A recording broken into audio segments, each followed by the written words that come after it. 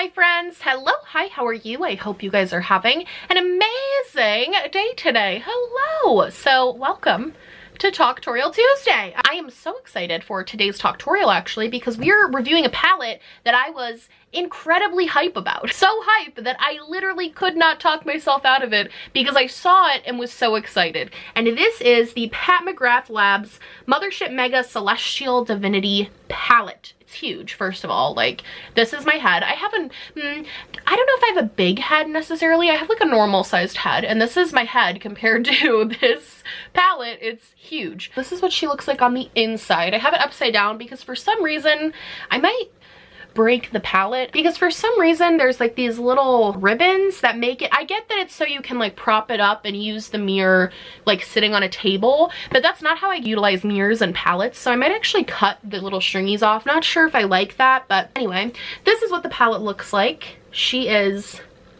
gorgeous. It's got all the pinks and purples, all these stunning transformer shades. I was so excited when I saw that this palette was coming out just because I love Pat McGrath's formula, and also being able to get more of these more transformative shades in one palette was like super exciting to me. The palette does only have 3 mattes, but I'm okay with that. I don't think that Pat McGrath's mattes are particularly iconic. Like, I'm not a huge fan of them. I think the shimmers are where things shine. So I actually really appreciate that she came out with something that's more shimmer focused because that's why I buy the palettes personally. So I am very excited about this, and today we're gonna create like a pinky purple look because that's what the mattes call for. The only thing I'm slightly nervous about, first impressions. First of all, the packaging is really beautiful and cool. It is cardboard, which is nice. The packaging's really nice. I will say that just on first glance, I am a little bit worried. My fear with this palette was because it was cheaper. This is $71, which is by no means cheap, but cheaper than her normal $125 ones. Because this was cheaper, I was nervous that the quality of the shimmers would not be as amazing as her normal palettes. And right off the bat, looking at these do not look like the same texture as her normal palettes, just looks wise. That doesn't mean anything, doesn't mean it couldn't be, you know, still amazing, but I'm really hoping that they didn't cheap out on the formula and do something different than what they would normally do, because that would be obviously disappointing.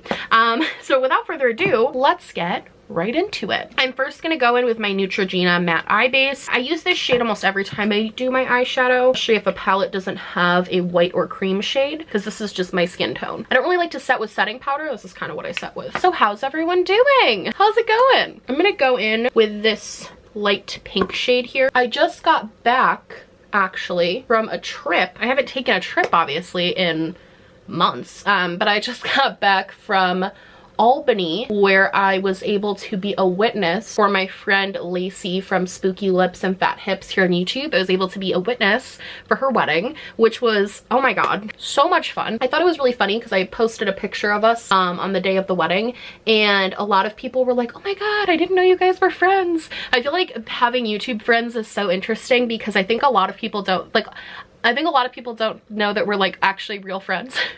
Like in real life. Like, I see Lacey quite a bit, and obviously I'm friends with her now husband Matt. So it was such a fun, beautiful trip. They got married at City Hall and we were one of the witnesses, and the wedding itself was just so adorable and cute. The courthouse had this like little outdoor area and we got to like go watch it, and she looked gorgeous and I was crying, and I was also the photographer, so I was doubling as that, and it was just such a beautiful thing. I was talking about it with her friend that came up. She had a friend come up, and I was talking about it with him, and I was like, you know, it's really so beautiful to see something so amazing happen in the year of 2020, because it just feels like this whole year has sucked and like not been good, and it's so many bad things have happened. And like, I know Lacey initially had like other plans for what they were gonna do, so this was kind of the backup plan, but it's just so amazing to see something so beautiful happen in 2020 and to see two people that you love each other and like get married, and like it was just such a beautiful thing. I was so happy I got to be a part of it and witness it. I got to sign the papers.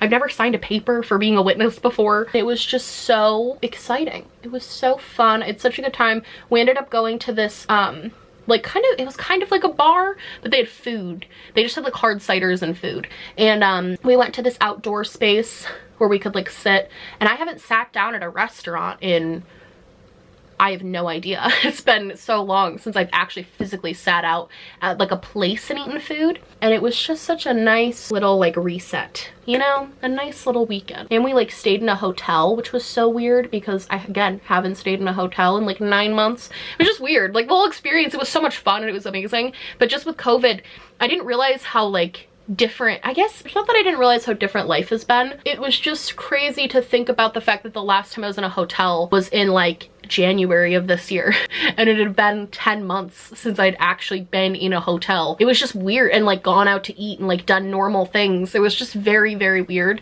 but also obviously amazing. It was so fun. So that was my weekend. Very fun. Had a really good time. I'm gonna go in with this shade right here, this red shade. And then now for the rest of the weekend, I have to write a paper that I haven't started yet.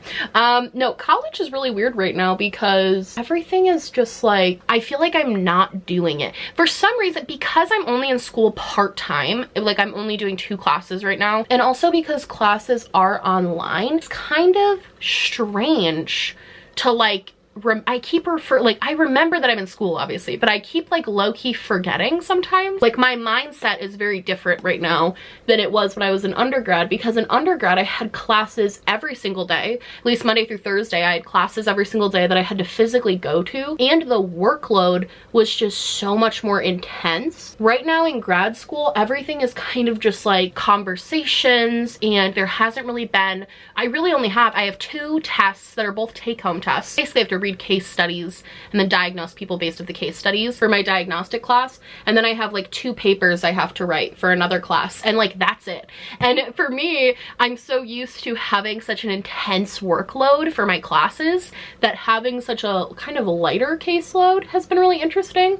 I am really glad I didn't go full-time. I would have definitely been like done quicker. I would have been done in a year. However, I think it would have been way too much. I have a friend doing it right now and she seems to be doing okay, but she's one of the like most well-organized, smartest people I know, and she is still struggling. So I'm not sure I would have like crushed that. I don't even know what direction. My thought process is there's kind of 3 goldy type colors. My thought process is kind of do a sort of ombre of gold. I think that could be really fun. I'm gonna start with this one. I think it's a duochrome. I want to put it on my eyes because I'm interested by it. So I'm gonna take my finger. These do feel different than normal Pat McGrath shadows, but they're a little bit more finely pressed than like harder pressed. Like they're stiffer. The other Pat McGrath shadows are a little bit more like, they have some give to them. These are definitely a little stiff. Yeah, it's like a gold to green. That's really pretty. I'm leaving the inner corner open so I can put another shade in there. I think undergrad was just a lot more like grinding. Like I felt like I was always doing something. I always had work to do. I was always grinding. Whereas this is kind of like you can take your time, and I kind of prefer it because I feel like I'm absorbing the information a lot better. It's not like, okay, let's do this really, really intense thing and then skip right to the next thing. It's a lot more like of a conversation. I'm gonna go in with this gold shade right here and pack that on the inner corner, kind of a gold. I think I'm gonna go in with this more copper gold. Very little fallout, which is nice. There's a little bit, but not much. I also think I'm gonna take a purple, like this purple shade, and put that on the very outer. That one feels interesting, like the very outer corner. Normally I don't do stuff on the very outer corner, but because there's such a lack of mattes, I think it's kind of fun to add that purple back in. All right, let's do our lower lash. I think I'm gonna do a lower lash with this bright purple. It's a little bit more of a metallic than a true shimmer. It'll actually transfer really nicely to the lower lash line, and then it'll give the look a little bit of a pop. Yeah, it's weird that I'm almost done with like the first real semester. Obviously I did a semester over the summer. It's crazy that after this I'll only have 3 semesters left. I feel like it's going by so quickly. It's kind of crazy actually. And now I'm starting to think about like what I'm gonna do after I graduate, and I don't know. I have like literally, I have no idea what I'm gonna do now. It's really weird because I never thought that YouTube would have any sort of impact on like my decision making for my career, because I always thought that this was going to stay somewhat of a like side hustle or like a hobby. But with everything growing, I'm kind of like, it's a little, you know, it's a little too big to pretend that it's still just like a side hustle, you know. But at the same time, I really want to be able to do social work stuff. It's what I actually like. Not that I don't love YouTube, but I also like love my career choice, or I wouldn't have picked it. Like I love all of that. So lately what I've been debating about is like what I'm gonna do with YouTube, what I'm gonna do with school. And honestly, I've been starting to think about like going to get either a second master's or get another, like a doctorate. Dr. Glow. No, I really always wanted to get a degree in political science because I love like activism and all of that stuff. So I thought a poli-sci degree would be awesome, but I just never did it. So I could technically get a master's in poli-sci and like go back to school for that. I just think it'd be cool to be able to use this opportunity of YouTube to like be able to continue to learn. So that way when I am kind of just like done with YouTube, or YouTube is done with me, whichever happens first, I can just have a lot more experience and a lot more connections and a lot more degrees under my belt, like learning. I kind of would be a career student if I could be, because I just love to learn things. That's kind of why I want to get the doctorate, because I think it'd be really cool to be a social work professor, like teach policy classes and teach like macro classes. Like I would love to do that. And at most colleges around here, you can only really do that if you have a doctorate. So that's kind of what I've been thinking about lately, because I've been coming to terms with the fact that like grad school is going to be over. And I don't really know what I'm gonna do yet. I could also definitely see myself going to work at like a macro organization, like an activist organization, or even starting my own, doing something with that, like a master's in like administration, so I could learn how to like run an organization, or you know what I mean? I feel like what this master's is giving me right now is a really, really good base of like what I need to know as a social worker. But if I want to expand past that, I feel like it'd be really cool to be able to do a different degree at some point, which was kind of always my plan. I always wanted to go get the doctorate, but I thought I would wait, like give myself some time in between my masters. But now I'm kind of like, why would I wait? Like, why not just go do it, you know? Also, if I got a doctorate, I would force everyone in my life to refer to me as Dr. Glow. Just because I think it'd be fun. I'm just kidding. Obviously, if that wasn't obvious. I'm gonna use this ColourPop gloss. I hate their gloss applicators, but their gloss is actually really good. And with that, we are done. Let's do a mandatory narcissistic montage, and then I'll tell you my thoughts on the palette, because I do have thoughts. What should my montage song be? Whatever you want it to be. Well, what do you think? Who Let the Dogs Out?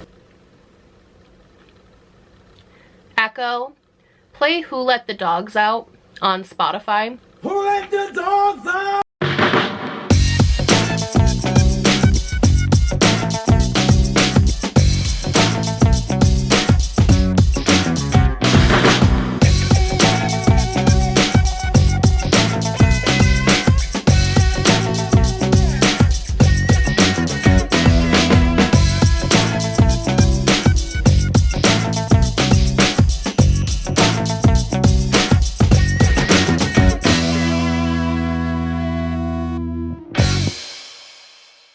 Okay, wait, this is a fucking bop. So another lesson from today is that Who Let the Dogs Out fucking slaps. Go listen to that song and try not to dance. You can't. Anyway, as far as this palette goes, honestly, gonna be honest, not impressed. I'm not impressed. I know that this look turned out really pretty. I actually think it looks really cool, and I probably will use this palette, but I'm very unimpressed with the formula, because to me, they just do not have that same transformative vibe that like her other shadows do. They're a lot more hard in the pan, like hard pressed. They don't go on and apply as seamlessly, and frankly, if this was like a $40 palette, I would be like, oh yeah, it's great. But because of the price point, even being cheaper than her normal $125 ones, if you're not getting that Pat McGrath formula, it's not really worth it to me. I think this is a really cute look, and I'm not trying to diminish it by saying that it's like bad, because I don't think it's bad. It's definitely just not their normal formula based on having their other palettes. And also for the price, I can't really justify this for the price to you guys. To me, this felt like a palette that could have been from a multitude of brands, not just Pat McGrath. So for that reason, I wouldn't recommend it. It's pretty though. I'm definitely gonna get use out of it. I'm not saying this is like going in the trash, but definitely a little disappointed. I think if I had known how it performed, I probably wouldn't have purchased. So yeah, that's where I'm at with it. I hope you guys liked this video. If you did, please like and subscribe, or just subscribe, or do neither. Honestly, just so happy you're watching me. Thank you so much for being here. My merch, including my new Spooky Glow merch, will be linked down below, along with a link to register to vote. That's right, you can click on that link, you can register to vote, and you can be part of of your democracy. Super fun thing to do. And along with that will be my little social justice spotlight. Please click on those links, participate, stay informed, and yeah, I love you guys so much, and I will see you in the next one. Bye!